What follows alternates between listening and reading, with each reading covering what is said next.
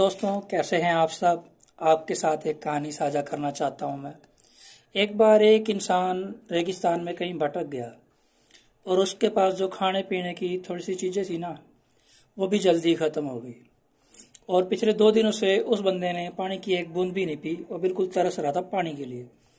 और वो मन ही मन ये जान चुका था कि अगले कुछ घंटों में अगर उसे कहीं से पानी नहीं मिला ना, तो उसकी मौत निश्चित है, पक्की है उस बंदे की मौत। पर कहीं ना कहीं उसमें उम्मीद थी जिंदा रहने के लिए, और वो पूरे मन से पानी की खोज करने लगा। उसने हार बिल्कुल भी नहीं मानी। उसे उम्मीद थी कि कहीं ना कहीं उसको पानी मिल जाएगा। ठीक है। तभी उसे दूर कहीं एक झोपड़ी दिखाई दी। पहली बार में उसे अपनी आंखों पर यकीन नहीं हुआ कि रेगिस्तान में इस प्रकार से झोपड़ी कहाँ से आ गई है। ठीक है। पर फिर भी उसे जो भ्रम था, जो धोखा खा चुका था, वो उस बेचारे के पास यकीन करने के अलावा तो और कोई चारा था नहीं। उसने सोचा चलो कोई बात नहीं, झोपड़ी है तो जाके देख लिया जाए, क्या बुराई है इसमें। तो आखिरकार उसने, जो उसकी आखिरी उम्मीद थी वो यही थी कि वहाँ झोपड़ी पे जाया जाए, देखा जाए। तो उसने अपनी सारी ताकत को इकट्ठा किया और वो उस पूरी ताकत को लेकर के झोपड़ी की तरफ चल पड़ा कि चलो देखी जाएगी यार ये पार। और जैसे जैसे वो उस झोपड़ी के करीब पहुंचता जा रहा था ना, उसकी उम्मीद भी बढ़ती जा रही थी कि चलो इस बार भाग्य ने उसका साथ दे दिया है, सचमुच वहां पे एक झोपड़ी है। उसको दूर से भ्रम हो सकता हो, लेकिन वो नजदीक आया तो उसे लगा कि यार वाकई में यार वीराने में एक झोपड़ी तो है। मानो कई सालों से कोई वहां भूला भटका आया हो ना आया हो, फिर भी पानी की उम्मीद में वो बंदा झोपड़ी के अंदर घुस गया कि चलो मुझे पानी मिल जाएगा, ये सोच के झोपड़ी के अंदर का नजारा उसने देखा तो उससे अपनी आंखों पे यकीन ही नहीं हुआ। और वहां पे एक हैंडपंप था, बर्मा बोल देते हैं जिसको, चापाकला बोल देते हैं यूपी बिहार में। हैंडपंप था वहां एक। तो उस व्यक्ति के अंदर एक नई ऊर्जा भर गई। पानी की एक एक बूंद के लिए जो तरस रहा था, उसे सामने से एक हैंडपंप दिख जाए तो जाहिर सी बात है वो बहुत खुश हो गया। हैंडपंप तो कब का सूख चुका था। अब वो व्यक्ति जैसे उसको चलाए तो पानी तो आए नहीं। वो व्यक्ति और ज्यादा निराश हो गया। उसे लगा कि अब तो उसे मरने से कोई बचा ही नहीं सकता। वो बेचारा निढाल होके वहीं गिर पड़ा। चलो कोई नहीं। तभी उसे झोपड़ी के ऊपर छत में बंधी हुई पानी की भरी हुई एक बोतल दिखाई दी।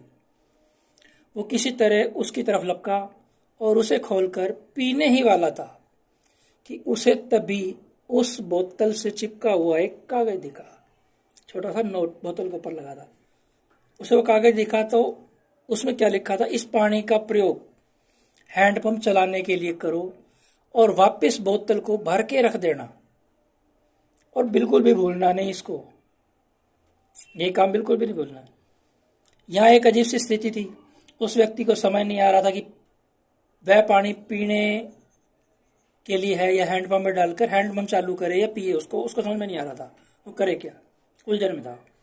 लेकिन उसमें उसके मन में जो तमाम सवाल उठ रहे थे, उसमें पानी डालने पर भी हैंडपंप अगर नहीं चला और ये बात अगर झूठी हुई तो फिर क्या होगा। जमीन के नीचे का पानी भी तो सूख चुका होगा ना, कई साल पुरानी बात होगी, कई महीने पुरानी बात होगी।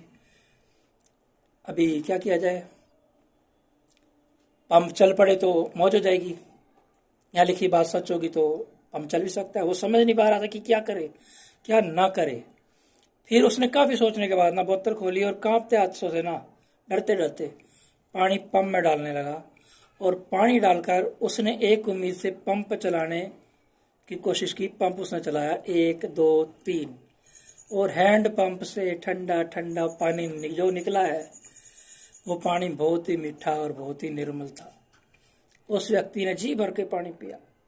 उसकी जान में जान आ गई, दिमाग काम करने लगा। उसने बोतल में फिर से पानी भर दिया और उसे छत से बांध दिया। जब वो ऐसा कर रहा था तभी उसे अपने सामने एक और शीशे की बोतल दिखी। उसने उस बोतल को खोला। उसमें एक पेंसिल और एक नक्शा पड़ा हुआ था जिसमें उस रेगिस्तान से बाहर निकलने का रास्ता था। उस व्यक्ति ने रास्ता याद कर लिया और नक्शे वाली बोतल को वापस वहीं पे रख दिया। इसके बाद उसने अपनी बोतलों में, जो वो पहले से ले रहा था, 1 2 5 जो भी उसकी बोतलें थी, उसमें भी पानी भर लिया और वहां से जाने लगा। कुछ आगे बढ़कर उसने एक बार पीछे मुड़कर देखा। गौर करना, बात को गौर करना, ध्यान से सुनना। फिर कुछ सोचकर वापस उस झोपड़ी में गया और पानी से भरी बोतल पर चिपके कागज को उतार कर उस कागज को उस पर कुछ लिखने लगा। उसने उस कागज पे क्या लिखा? मेरा यकीन करिए, यह हैंडपंप काम करता है और यह कहानी संपूर्ण जीवन के बारे में है। यह हमें सिखाती है कि बुरी से बुरी स्थिति में भी आप अपनी उम्मीद को ना छोड़ें। आपको उम्मीद नहीं छोड़नी चाहिए। इस कहानी से भी हमें यही शिक्षा मिलती है कि कुछ बहुत बड़ा पाने के लिए हमें पहले अपनी ओर से भी कुछ देना होता है। जैसे उस व्यक्ति ने नल चलाने के लिए मौजूद पूरा पानी उस नल में डाल दिया, हैंडपंप में डाल दिया। देखा जाए तो इस कहानी में भी पानी जीवन में मौजूद महत्वपूर्ण चीज़ों को ही दर्शाता है। कुछ ऐसी चीज़ें जिनकी हमारी नज़रों में विशेष कीमत है। किसी के लिए मेरा यह संदेश ज्ञान हो सकता है, तो किसी के लिए प्रेम और किसी के लिए ये पैसा हो सकता है। यह जो कुछ भी है उसे पाने के लिए पहले हमें अपनी तरफ से अपने कर्म रूपी हैंडपंप में पानी डालना पड़ेगा दोस्त, और फिर बदले में आप अपने योगदान से कहीं अधिक मात्रा में उससे भी ज़्यादा वापस पा सकते हो। एक व्यक्ति का जो अच्छा कर्म है ना, जो अच्छा कार्य है, उसको करने से कैसे ये अच्छाई दूसरे तक पहुंचती है तथा दूसरे को तीसरे तक और क्रमशः इसी प्रकार बढ़ते हुए सभी को समझाने में मदद करती है ये कहानी। अगर आपको मेरी कहानी अच्छी लगे तो इसे शेयर करना बिल्कुल भी ना भूलें। हमें फॉलो करें। बहुत बहुत धन्यवाद। जय श्री राम। धन्यवाद आप सबका। जय श्री राम। धन्यवाद।